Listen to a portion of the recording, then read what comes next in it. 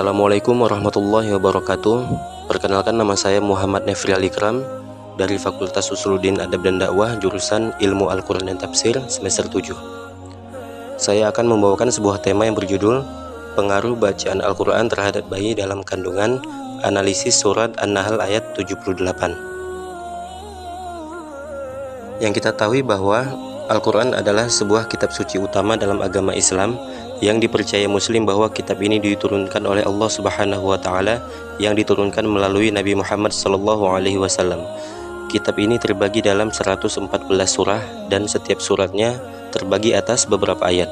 Umat Islam percaya bahwa Al-Quran diturunkan kepada Nabi Muhammad SAW melalui perantara malaikat Jibril.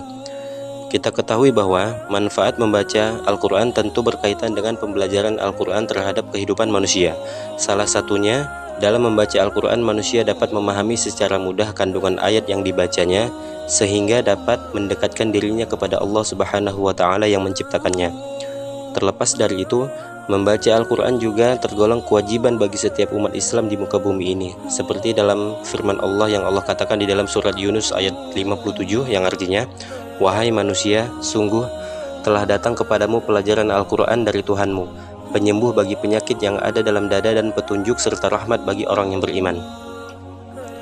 Namun anjuran dalam membaca Al-Quran diberikan kepada setiap orang beriman, termasuk bagi orang hamil, karena Al-Quran dapat memberikan ketenangan jiwa bagi orang yang hamil, berpengaruh bagi kehamilannya. Karena itu, ibu hamil pun tidak lepas dari perintah umum untuk membaca Al-Quran. Hal ini dilakukan semata-mata karena ibadah untuk memenuhi perintah Allah Subhanahu wa Ta'ala.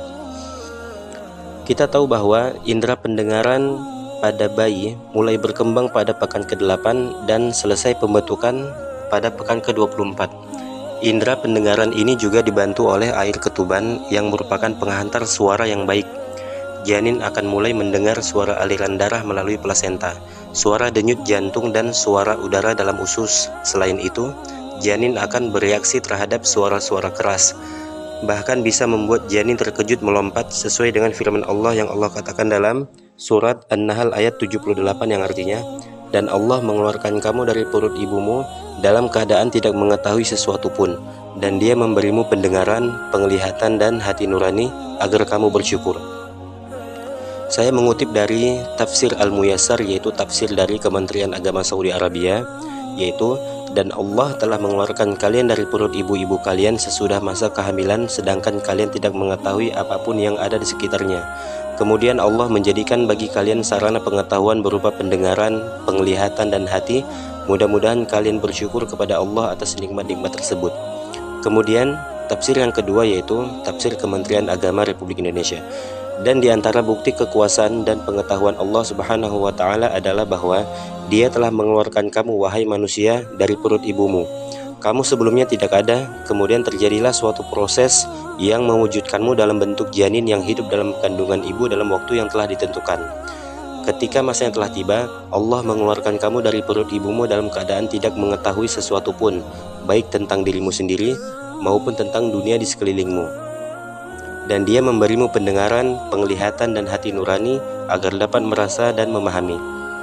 Analisis fakta yang terjadi yang saya kutip itu dari Konferensi Kedokteran Islam memaparkan hasil sebuah penelitian mengenai bacaan Al-Quranul Karim yang mampu mendatangkan ketenangan jiwa bagi yang membacanya itu hingga 97%. Penelitian lainnya menyebutkan bayi yang baru berusia 48 jam akan memberikan respon tersenyum dan menjadi tenang ketika diperdengarkan bacaan Al-Quran. Bacaan itu akan membuat jiwanya menjadi tenang. Ketenangan ini akan membuat pertumbuhan janin di dalam rahim berlangsung secara optimal. Selain itu juga, tentang pengaruh Al-Quran terhadap bayi dalam kandungan juga sudah relevan di masyarakat kita. Banyak sekali orang Islam yang menerapkan metode ini pada saat kehamilan memasuki masa tua. Hal ini menjadikan perut ibu hamil menjadi kontraksi setiap kali membaca Al-Quranul Karim yang diperdengarkan kepada janin. Bayi akan bergerak, merespon secara spontan terhadap apa yang didengarnya. Mungkin hanya ini saja yang dapat saya sampaikan untuk memenuhi tugas KPMDR berbasis sosial media. Sekian, terima kasih. Assalamualaikum warahmatullahi wabarakatuh.